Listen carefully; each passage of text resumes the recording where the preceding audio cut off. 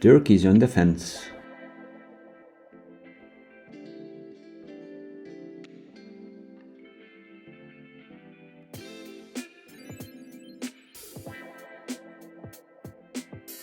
Build a fence by using boxes.